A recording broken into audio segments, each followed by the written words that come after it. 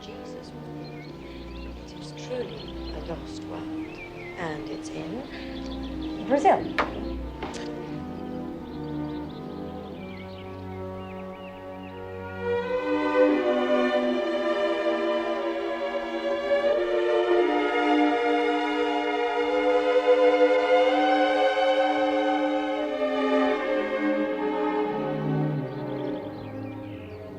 Your mama's homeland, and your country too.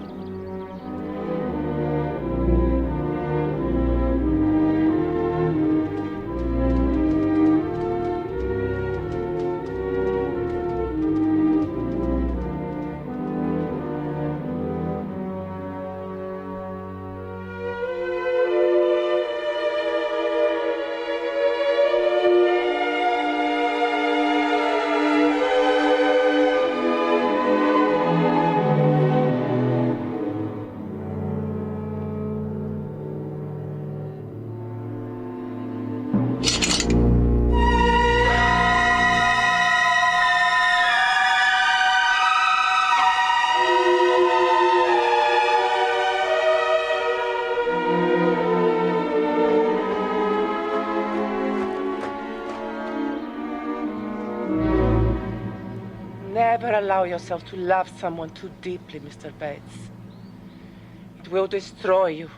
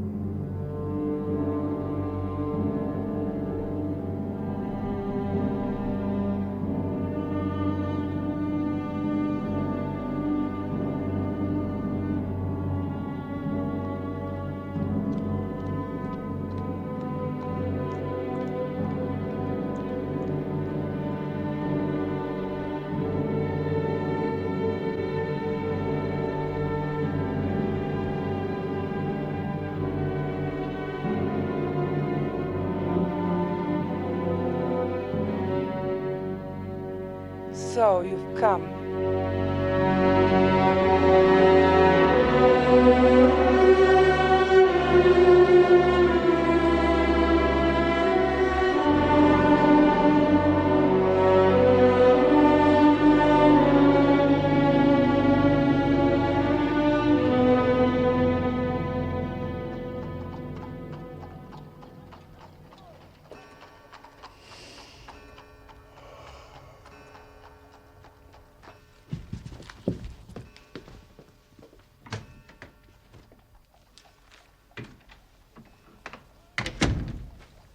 You have a case, Holmes. Ha! The faculty of observation is certainly contagious. It has enabled you at once to probe my secret. Yes, I have a case. After a month of trivialities and stagnation, the wheels move once more. Might I share it? There's little to share, but we'll discuss it after you consume those 2 hard-boiled eggs with which our temporary cook has favored us. Their condition may not be unconnected with a copy of the Family Herald, which I observed yesterday on the hall table. Even so trivial a matter as cooking an egg demands an attention which is incompatible with the love romance in that excellent periodical. Hope Mrs. Hudson is enjoying her holiday. You've heard of Neil Gibson, the Gold King? You mean the American senator? Well, he was senator of some western state. He's better known as the greatest gold mining magnate in the world. Yes, I know of him. Stayed in England for some time, didn't he? He bought a considerable estate in Hampshire some 5 years ago. You may have heard of the tragic death of his wife. Well, that's why the name is familiar. But I know nothing of the details. The fact is that the case, though exceedingly sensational, appears to present no difficulty. The interesting personality of the accused, Miss Grace Dunbar, does not obscure the clearness of the evidence. That is the view taken by the coroner's jury and also in the police court proceedings. It is a thankless business, Watson. I can discover facts, but I cannot change them. Unless some new and entirely unexpected ones come to light, I do not see what my client can hope for. Your client? I'm falling into your involved habit of telling a story back. I don't believe this. You must read this first.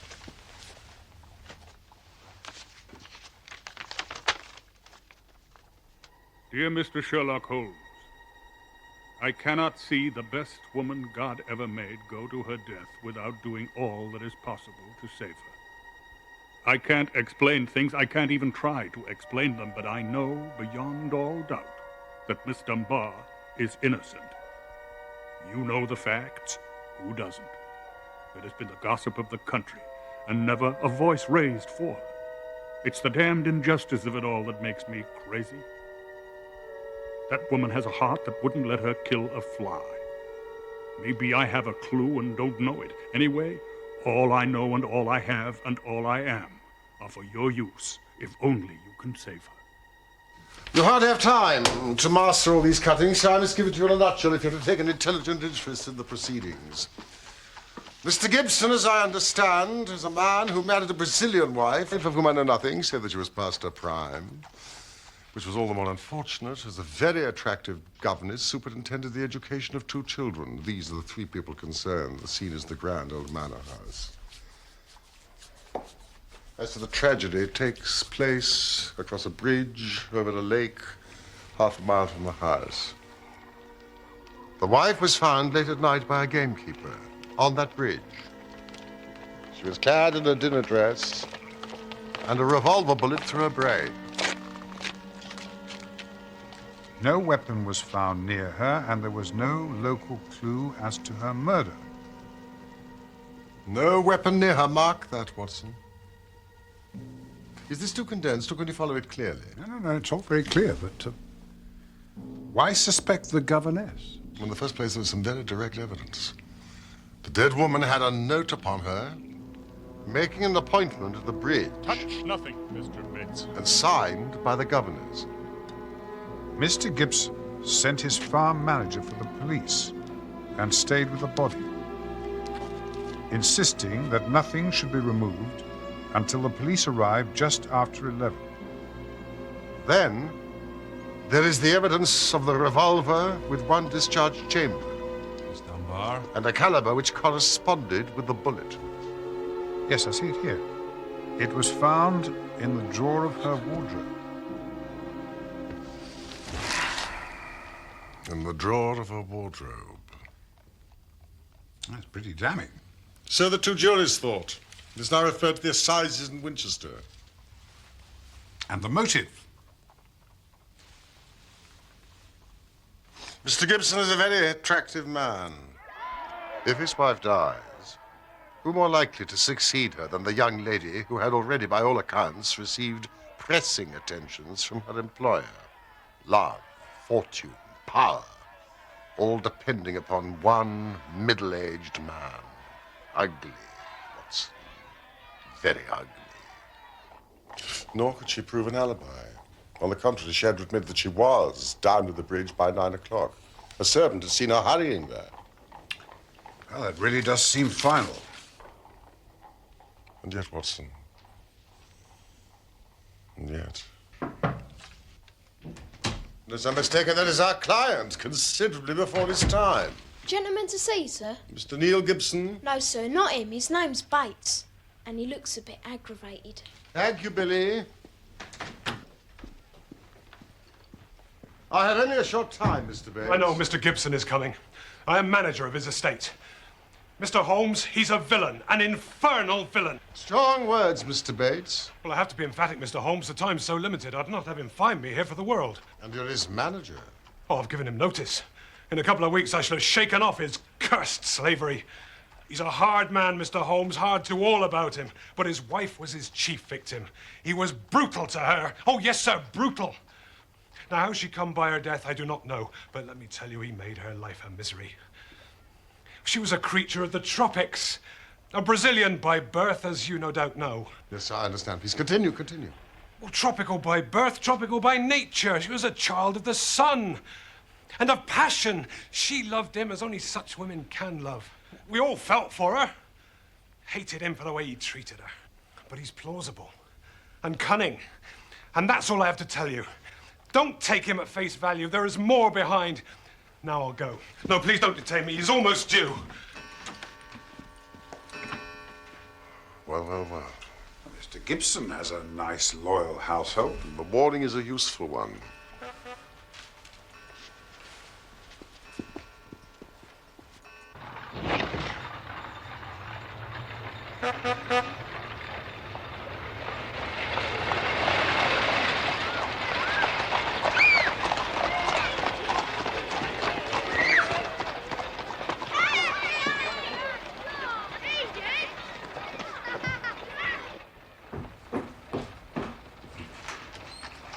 Mr. Gibson, straight upstairs, sir.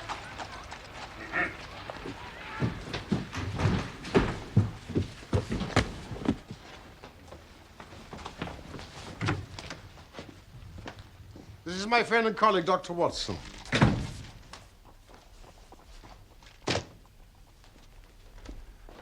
Now, let me say right here, Mr. Holmes, money is nothing to me in this business. You can burn it. If it's any use in lighting you to the truth, this woman is innocent. This woman has to be cleared. It's up to you to do it. Now, name your figure. My professional charges are at a fixed rate. I do not vary them, save when I remit them altogether. Well, if money makes no difference to you, think of the reputation. If you pull this off, every newspaper in England and America will be booming you. You'll be the talk of two continents. I do not think I'm in need of booming, Mr. Gibson. Please, let us get down to the facts. Well, you'll find most of the main ones in the press reports. I don't think I can add much to them, but if there's anything you'd wish more light on, well, I'm here to give it. Well, there is just one point. What is it? What are your exact relations with Miss Dunbar? I suppose you are within your rights. Maybe doing your duty in asking such a question, Mr. Holmes. We would agree to suppose so. Then I can assure you that our relations were always and entirely those of an employer towards a young lady whom he never conversed with or even saw, save when she was in the company of his children.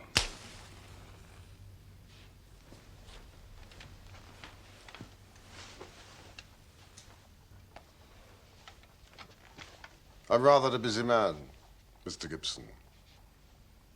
And I have no time or taste for aimless conversations. I wish you good morning. What the devil do you mean by this, Mr. Holmes? Do you dismiss my case? No, Mr. Gibson, I dismiss you. The case is quite sufficiently complicated without the added difficulty of false information. Meaning that I lied? I tried to express it as delicately as I could, but if you insist upon the word, I will not contradict you. Don't be noisy, Mr. Gibson. I find after breakfast any argument most unsettling. I suggest a little stroll in the open air, and some quiet thought will be greatly to your advantage. I've broken stronger men than you, Mr. Holmes. Nobody crosses me and gets the better of it. So many have said so, yet here I am. Ah, Watson, he has a great deal yet to learn. How on earth did you know about his relationship with the governess? Bluff, Watson. Bluff. I consider the passionate and unbusinesslike tone of his letter and contrasted it with his manner and appearance. It was pretty clear there was some deep emotion centered upon the accused woman rather than the victim. I bluffed him by giving the impression that I was absolutely certain of it. When in reality you were only suspicious. Do you think he'll come back? He is sure to come back. He must come back.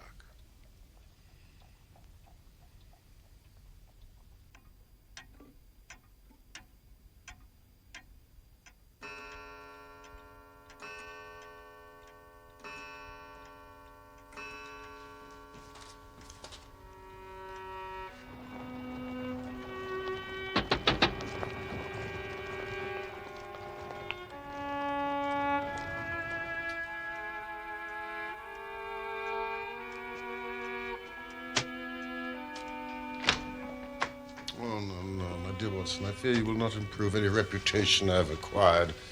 By adding the Thor Bridge mystery to your annals, I fear I have made a serious misjudgment. Holmes? The senator may not have returned, but surely his letter has engaged you on behalf of Miss Dunbar. She's the one in need. Might we not pay her a visit? In the cells of Winchester. But we require the official permits. Well, we have the means to apply. Of course, it may not be quite ethical. But practical, Watson. Practical, I congratulate you.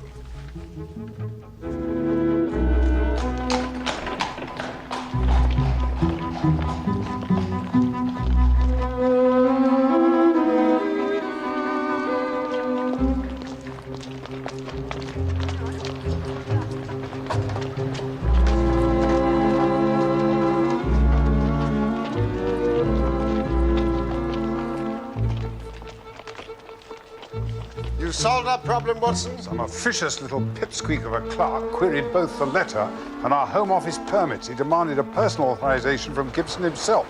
But you sorted it out. Only by the good fortune of meeting her lawyer, Mr. Cummings. He secured a brief audience with her. Mr. Joyce Cummings, a man with a rising reputation that is certainly in her favor.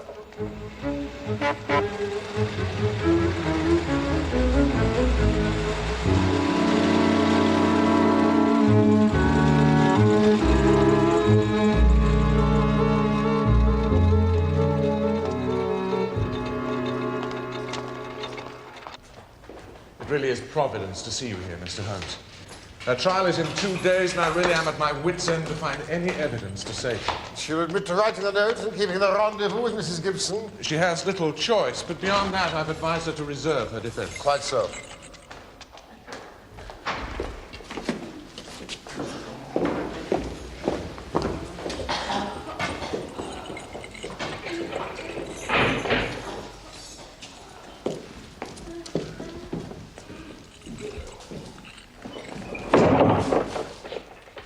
This is Mr. Sherlock Holmes and his colleague, Dr. Watson. Your employer, Mr. Gibson, has engaged me to look into this unhappy matter. Oh, I'm very grateful to Mr. Gibson. It is incredible that the charge against me has been sustained. I thought the whole thing would clear itself up in the police court. My dear young lady, I beg of you to have no illusions. Mr. Cummings here will assure you. All the cards at present are against you. Mr. Gibson is convinced of your innocence, but it would be a cruel deception to pretend that you're not in very great danger. I will conceal nothing. What were the true relations between you and Mr. Gibson's wife? Permit? What permit? How dare you take this liberty, Mr. Holmes? Mr. Gibson. And you, Cummings. I did not engage you, sir, to conspire against me. These men are here under false pretenses. I did not authorize their visit. They're deceivers. I demand their removal at once. Mr. You've made a disturbance, Mr. Gibson, worthy of bedlam. I'll have you crushed for this, Holmes. Or it'll profit you nothing. Mr. Holmes. We are leaving, Superintendent. Mr. Cummings, for the moment, Miss Dunbar. You must put your faith in Sherlock Holmes. I'm sorry. Mr. Ferguson. There is an excellent exhibition at the museum across the street. I recommend it to you. The museum closes at 5. I hardly think it's a matter for charges, Superintendent. A misunderstanding.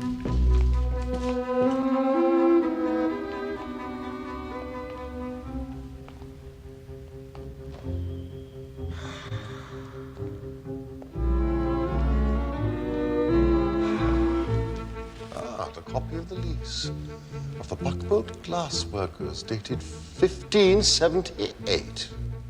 These Huguenots, are they, any relations of yours? Possibly. Monsieur Henri de Portal and his paper-making of Leverstoke. They've had the manufacture of banknotes for over 100 years. It's good to know that there's money somewhere in your family.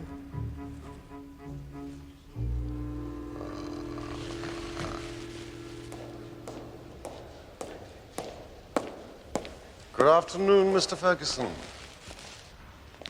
Mr. Neil Gibson wishes to see you at Thor Place at 11 o'clock tomorrow morning. This evening will be more convenient. The morning, 11 o'clock, Mr. Holmes. Will the motor be sent for us? There is a train which will take you to Thor Village. Mr. Gibson is a busy man. He expects punctuality.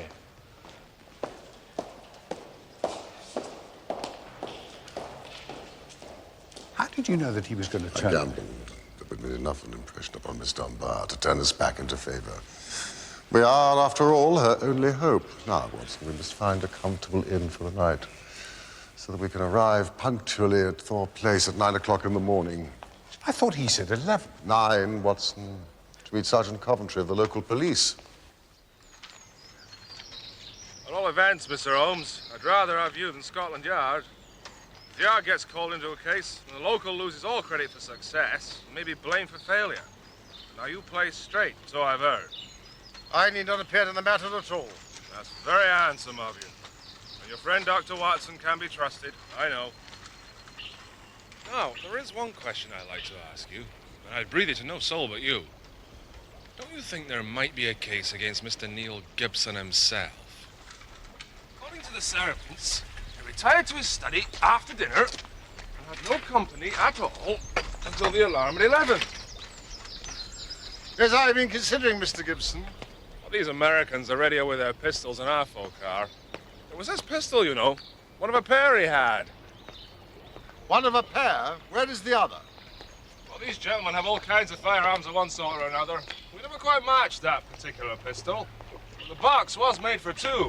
Now, this is where the body lay. I gathered from the press reports that the shot was fired at close quarters. Very close, sir. Near the right temple? Just behind it, sir. How did the body lie? On the back, sir. No trace of a struggle, no mark, no weapons. The short note from Miss Dunbar was clutched in her left hand. Clutched? Yes, sir. We could hardly open her fingers. That is of the greatest importance. It excludes the idea that anybody could have placed it there after death to furnish a false clue. But dear me. Now, the note, as I remember, was quite short. Yes, we'll be at Thor Bridge, 9 o'clock. G. Dunbar, wasn't that it? So it was, sir. The point of the note is obscured, is it not? Well, sir, it seemed, if I may be bold as to say, sir, the only really clear point in the whole case. Assuming the note is genuine, she certainly received it some time before, say an hour or two. Why was she then clasping it in her left hand? She had no need to refer to it in the interview. Does not that seem remarkable? Well, sir, as you put it, perhaps it does.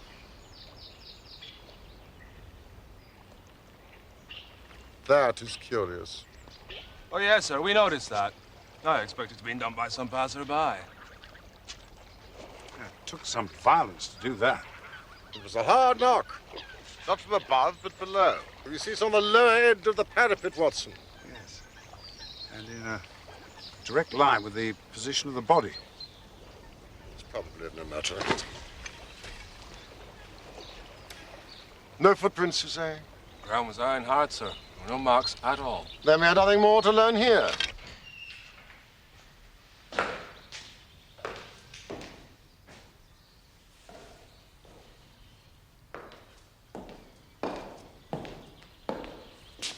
You are early, Mr. Holmes. It is often the case with punctuality, Mr. Ferguson.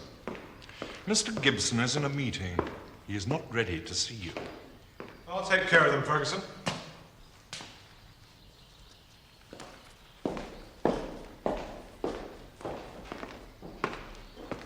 I'm very glad to see you, gentlemen. As we are a little early, perhaps we could see the gunman.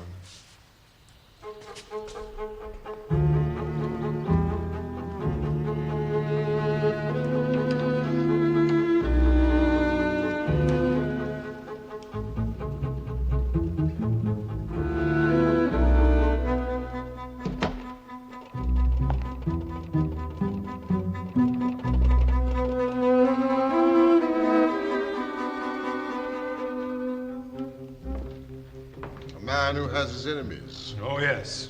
If you knew him and his methods. He sleeps with a loaded revolver in a drawer by his bed. He's a man of violence, sir. Have you ever seen him strike his wife? Yes, more than once. Our Gold King does not seem to shine in private life. That's the box that contained the murder weapon. It was one of a pair. The other is missing. Mr. Ferguson is sure to know that you're consorting with us. Does that hold no alarm for you? There's nothing he can do to hurt me now. Perhaps you'd be so kind as to show us the schoolroom. Where are the children? Sent away on a visit to America.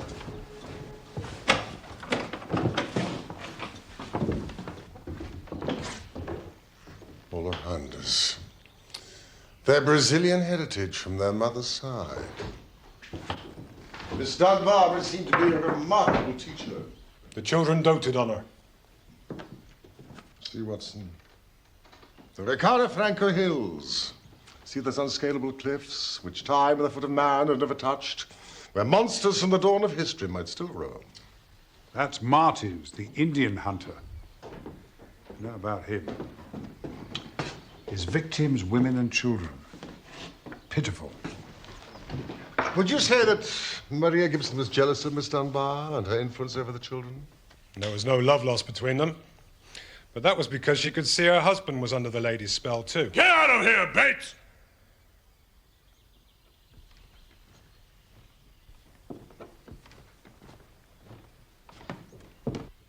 Mr. Bates' views are not relevant, Mr. Holmes. They're distorted by his infatuation for my late wife. Who knows, Mr. Gibson, what is and what is not relevant? You're like a surgeon who wants every symptom before he can give a diagnosis. It is only a patient who has reason in deceiving his surgeon who conceals the facts. I can assure you that the relations between Miss Dunbar and myself do not touch this case. Well, surely that is for me to decide.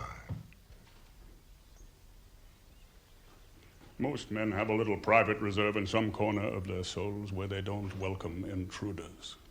You burst suddenly into mine. What is it you want? The truth.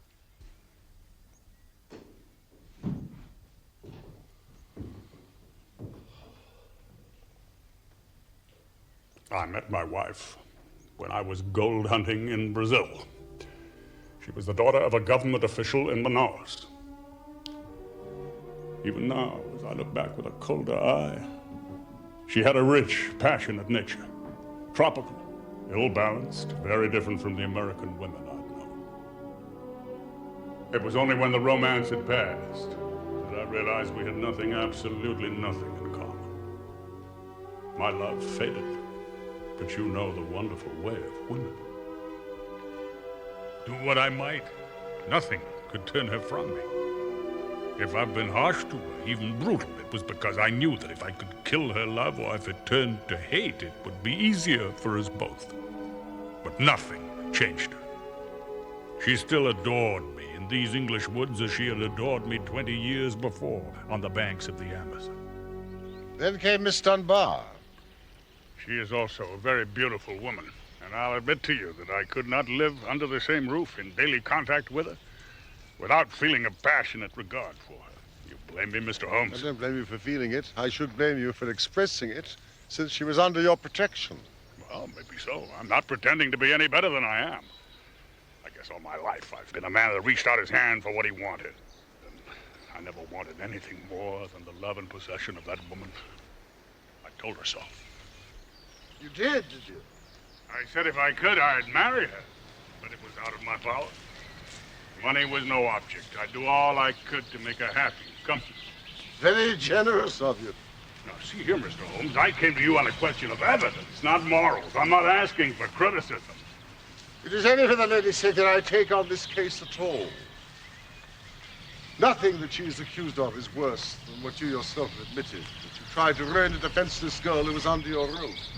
You know, some of you rich men must be taught that all the world cannot be bribed into condoning your offenses. That's how I feel myself about it now. I thank God my plans did not work out. She'd have none of it. She wanted to leave the house instantly. But Why did she not? Others were dependent upon her, and it was no light matter for her to let them down. When I'd sworn that she should never be molested again, she consented to stay. But there was another reason.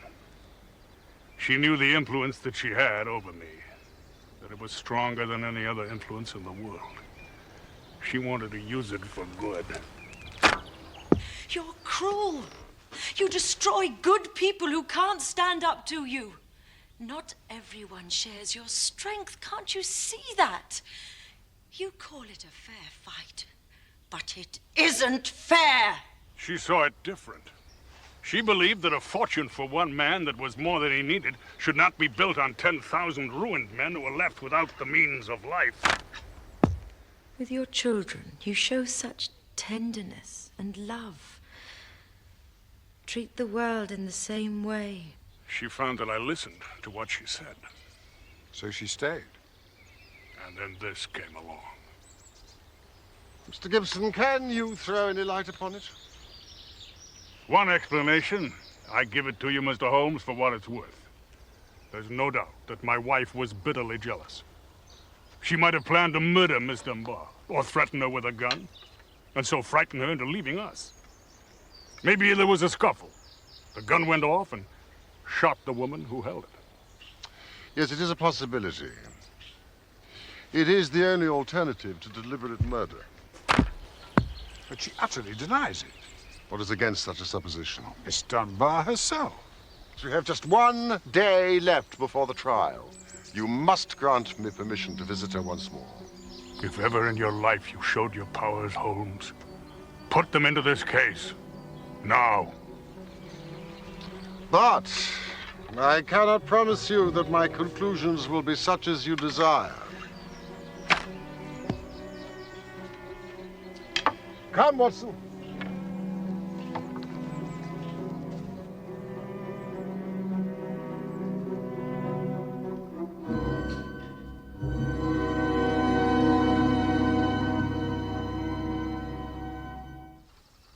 We have several vital questions to ask this young lady, and I must confess that the case would seem to be a very black one against her if it were not for one thing. What is that? The finding of the pistol in her wardrobe. That seems to be the most damning incident of all. Not so, Watson. It is my only firm ground for hope. We must look for consistency. Where there is a want of it, we must suspect deception. Come on, Holmes. Dunbar's depending on us. Watson, visualize yourself in the character of Miss Dunbar. When a cold, premeditated fashion is about to get rid of her rival, what would be your actions and your thinking? Well, I've written a note. The victim has come. I've taken the weapon from the gun room. The crime is done. Workmanlike and complete. And now, the weapon. Of course. Precisely, Watson. Those depths would hide it forever. Your best friend would hardly call you a schemer, yet I cannot picture you carrying it home and putting it in your wardrobe, the very first place that would be searched. This revolver, for example, she disclaims all knowledge of it. You're saying that it was placed in her wardrobe, but by who? By someone who wished to incriminate her. Ah, Cummings.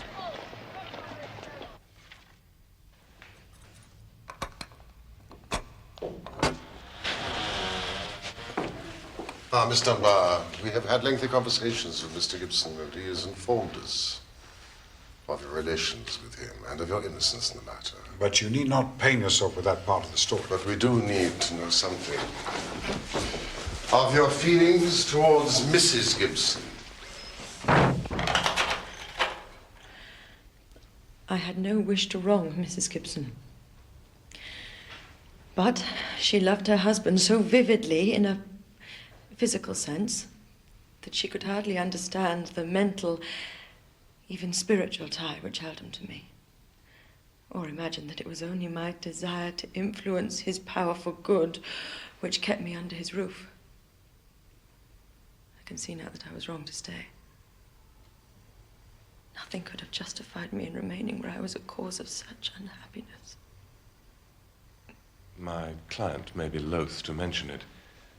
But she has managed to persuade Mr. Gibson to finance a mission of mercy to resettle tribes, in particular the Bororo Indians, who have fallen victim to unscrupulous gold and rubber prospectors. The venture is thriving. We saw your pictures in the schoolroom. Like so many of those warrior Indians, Mr. Gibson can sometimes give people a misleading impression. Now, Miss Dunbar, would you tell us exactly what happened that evening? I received a note from Mrs. Gibson in the morning. It implored me to meet her at the bridge after dinner.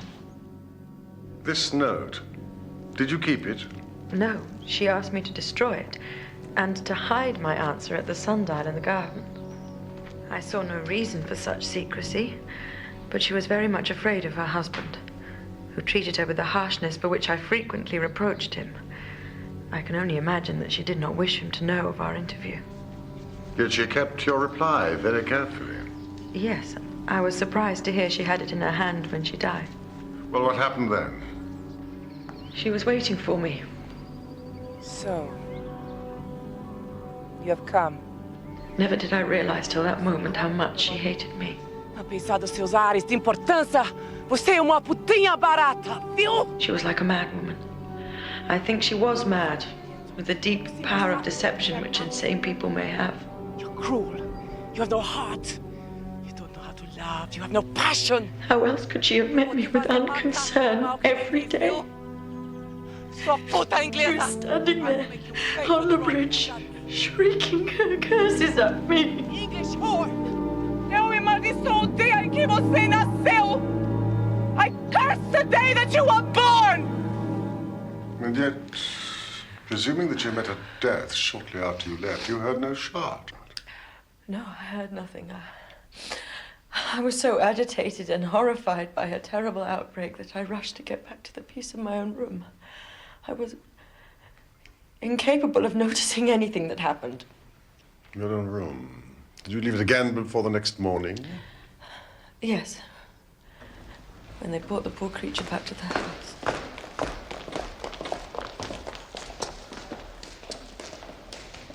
Did Mr. Gibson seem to you much perturbed?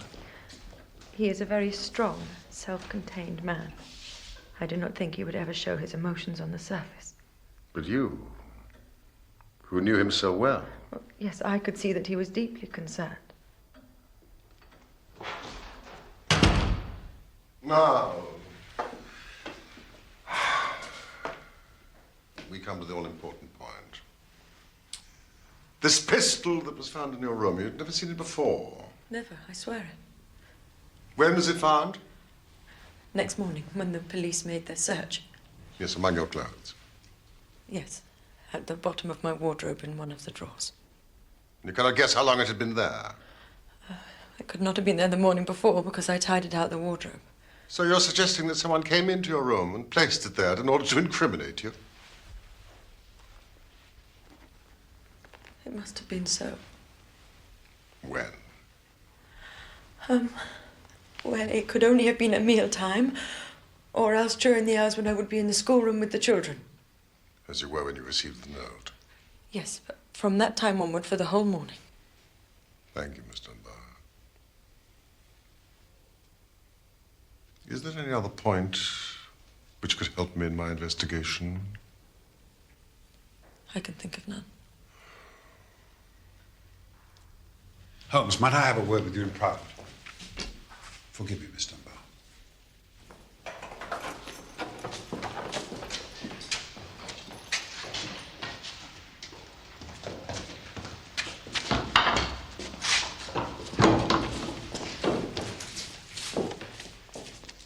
Holmes, I'd like to put you my case for believing that Mr. Gibson is the murderer of his wife.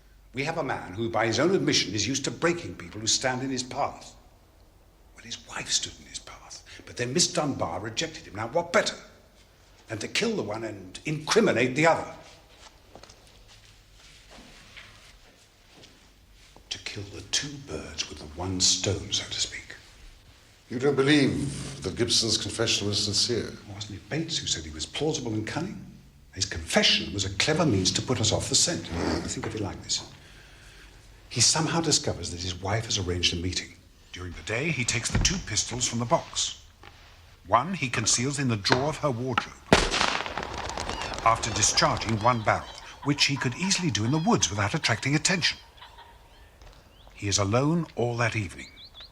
He sees Miss Dunbar return and grasps his opportunity. He commits the deed and flings the murder weapon far into the lake.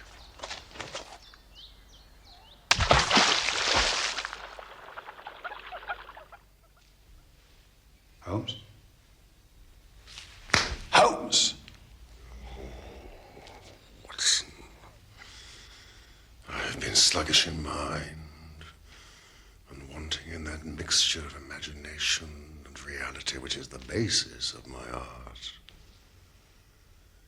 You have put me entirely to shame. You will be hearing from me, Mr. Cummings. With the help of the God of Justice and my colleague Dr. Watson, I will give you a case that will make England ring. Miss Dunbar, you have my assurance that the clouds are lifting and that the light of truth is breaking through. Come, Watson, come. We need our good friend, Sergeant Coventry, a ball of stout twine and a grappling hook. A grappling hook?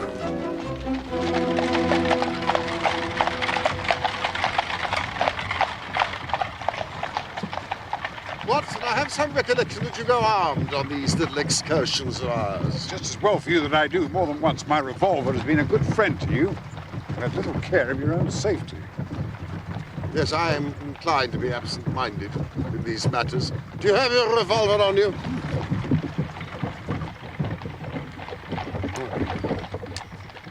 It's heavy. Remarkably heavy. Solid bit of work. You know, I believe this is going to have a very intimate connection with the mystery that we're investigating. Would you mind unloading it?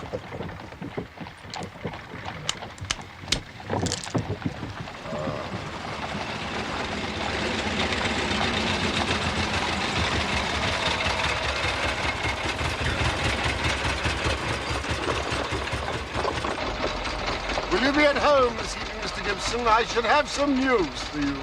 You have half a day, Mr. Holmes.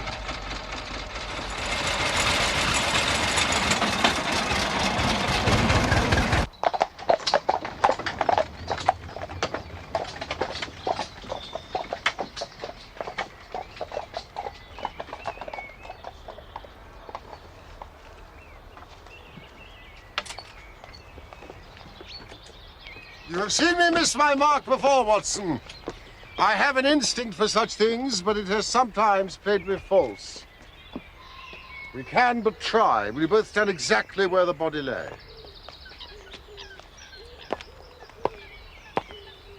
Your theory about the Gold King, though admirable in its psychology, did not quite adhere to the facts. Visualize yourself in the character of a woman who, in a cold, premeditated fashion, is about to get rid of a rival. I mean, of course, Mrs. Maria Gibson.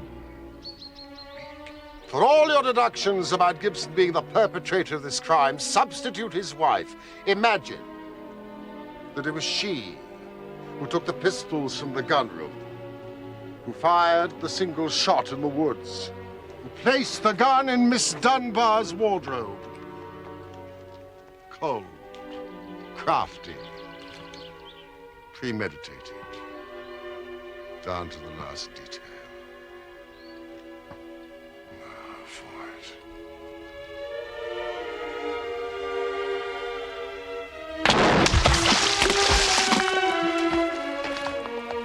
it. Was it ever a more exact demonstration?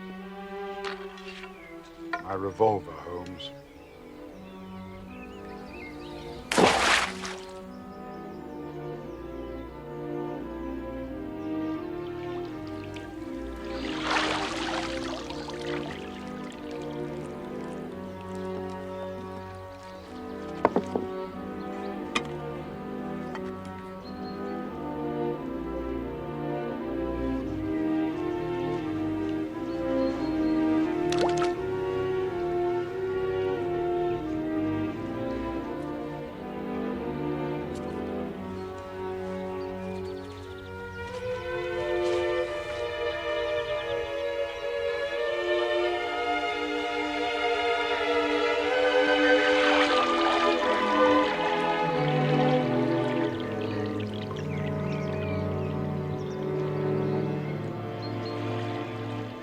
A vindictive woman.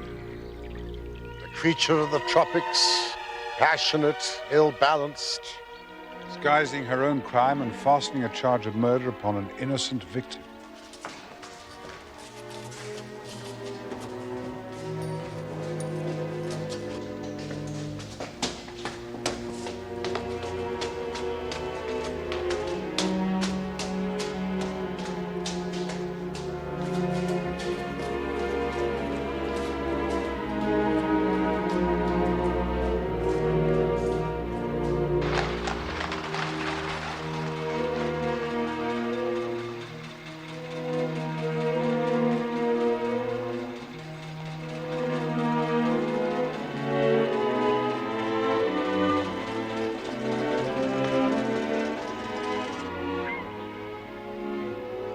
You have helped a remarkable woman, Holmes, and a formidable man. And if, as seems not unlikely, they should join forces? Naturally, I would wish them well. Magnanimous of you, Watson.